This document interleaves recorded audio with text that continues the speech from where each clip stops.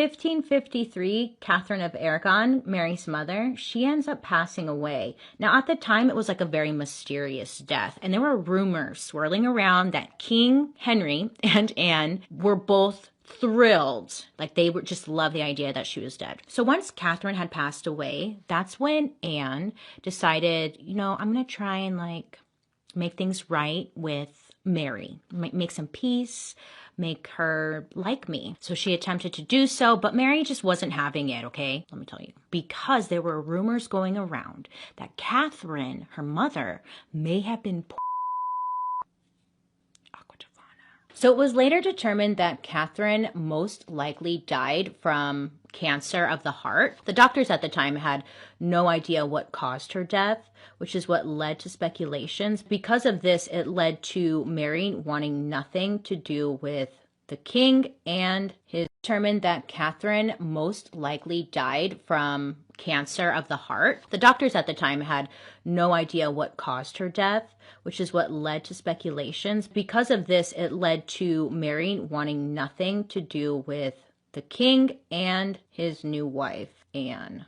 So later down the road, Anne would be accused of adultery and high treason and was by her husband, Henry VIII. By this time, the damage to Mary's name had been done, and she stood last in line for seat on the throne. So since Mary's teen years, she had been plagued with terrible menstrual pains. It just came with a lot of judgment from people. She has cramps, she has pain, she has mood swings. Like, everybody knew. Could you imagine? So, despite the odds being stacked against her, Mary did eventually take the throne in 1553 at the age of 37. Mary knew that there was no time to waste, and she felt this pressure to have a baby and give the people like another king. Mary was set to meet Philip II of Spain, who was king of Spain, Portugal, Naples, and Sicily. 2 days after meeting Philip, Mary and Philip would go on to get married. It was said that he was really not that into her. It's not funny. It's sad. But it was just, yeah. He didn't seem to be that into her, okay? But Mary, she just wanted love. She wanted love. She wanted to love. She wanted to be in love. Now, Philip, he fulfilled the negotiated duties expected of a royal marriage. And 2 months later, Mary's greatest wish came true.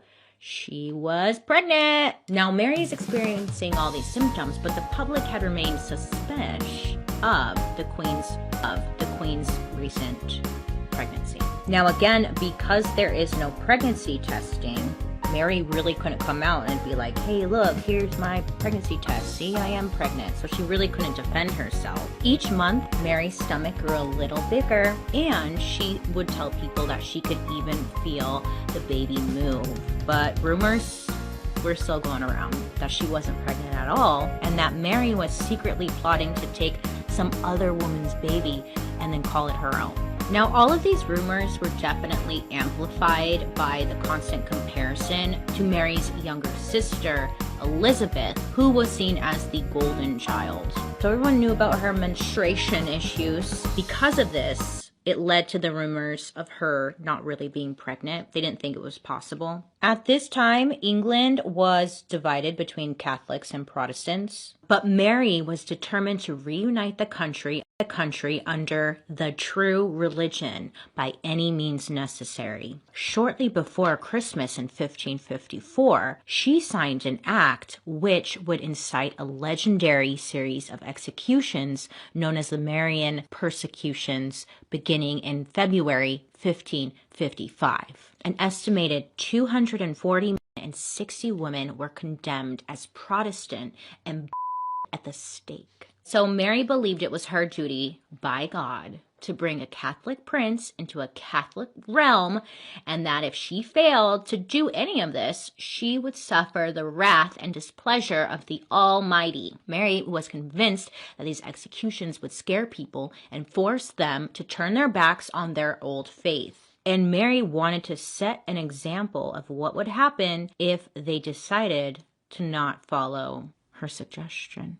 Now, when one of the royal family members was about to give birth, they would go into like a confinement for 6 weeks before their due date, their estimated due date. Mary followed the regulation, okay? She went into confinement 6 weeks before her estimated due date, which was around May 9th. By her side, she had a bunch of her lady companions and servants, and she entered into like a private chamber ready with a bunch of equipment needed for the birth. Now, tension during this time was reaching an all-time high because everyone was waiting. All those people who swore Mary wasn't pregnant, they were waiting to be proven wrong.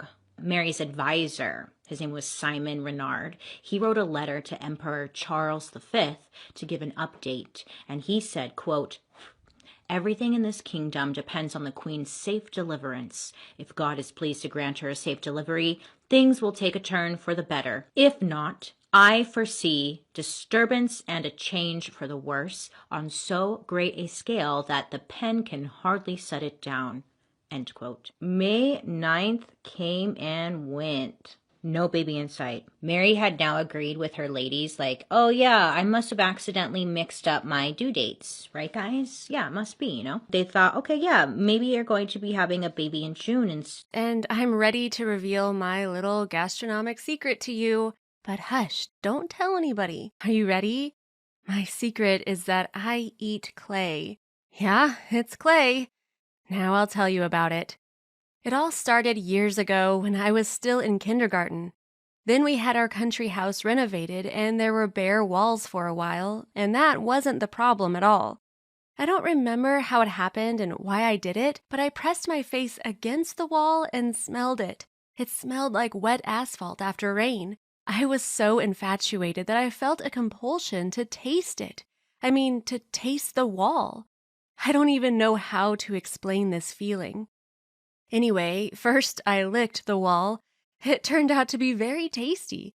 Then I licked it a few more times, but I wasn't satisfied. It happens when you eat sunflower seeds, for example. You want more and more, and then you just can't stop. Then everything happened as in a fog. So I was sitting by the wall for about 10 minutes.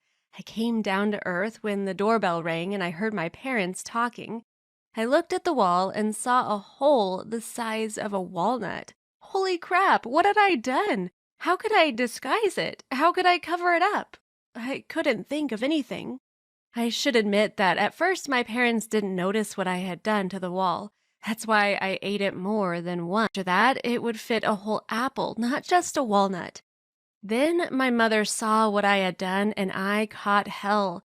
I think I kept in mind for a couple of years that eating something that normal people didn't eat was bad, and I should ask my parents before doing something to the family property, for example, the walls.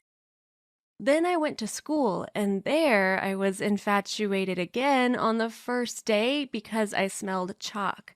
It smelled almost like the concrete walls and wet asphalt. Then I realized what would be my new passion. Well, I couldn't resist eating chalk. I simply couldn't. It literally drove me crazy, and even seeing it made my mouth water. How could I resist? So I began to steal chalk sticks and secretly eat them at recess. I even always had a small mirror in my pocket to wipe away the evidence from my lips. I wanted to eat it more and more. That's why soon the teachers noticed strange things happening and sounded the alarm. The whole school started talking about where the chalk went, and I realized it was time to stop. I mean, I had to control myself. Moreover, one of my classmates had already caught me out and could have let it slip at any then the mark of shame would have stuck to me. But how? How could I control myself when it simply couldn't be controlled? However, this issue was resolved when I was severely poisoned. By the way, my favorite chalk caused the poisoning. Of course, I just assumed that on that day I had eaten too much chalk, but the doctors cleared up doubts, stating the fact that I had poisoned myself with a very toxic substance. They asked if I had eaten glue, paint, or laundry detergent. Well, I'm not stupid enough to eat that stuff, although when I got better, I decided to tell my mother about my affair with chalk and asked her to help me get at least a piece. I wanted it so bad that I even started grinding my teeth. My mom got angry with me and asked if I had poisoned myself with it. Then I learned that school chalk contained little of real natural chalk. There was a huge amount of impurities instead, and they weren't supposed to be ingested. School chalk is not food, it's poison, my mom said. I got it. Unfortunately, I found out about it too late. It turned out that all this time I had been eating something like poison. And my mother said that people usually want to eat chalk when there was a lack of calcium and offered me to take calcium. I took 2 courses hoping to be saved from my addiction, but it was in vain. I was still infatuated when I saw chalk and clay, and it was the most delicious dessert for me. I ate it for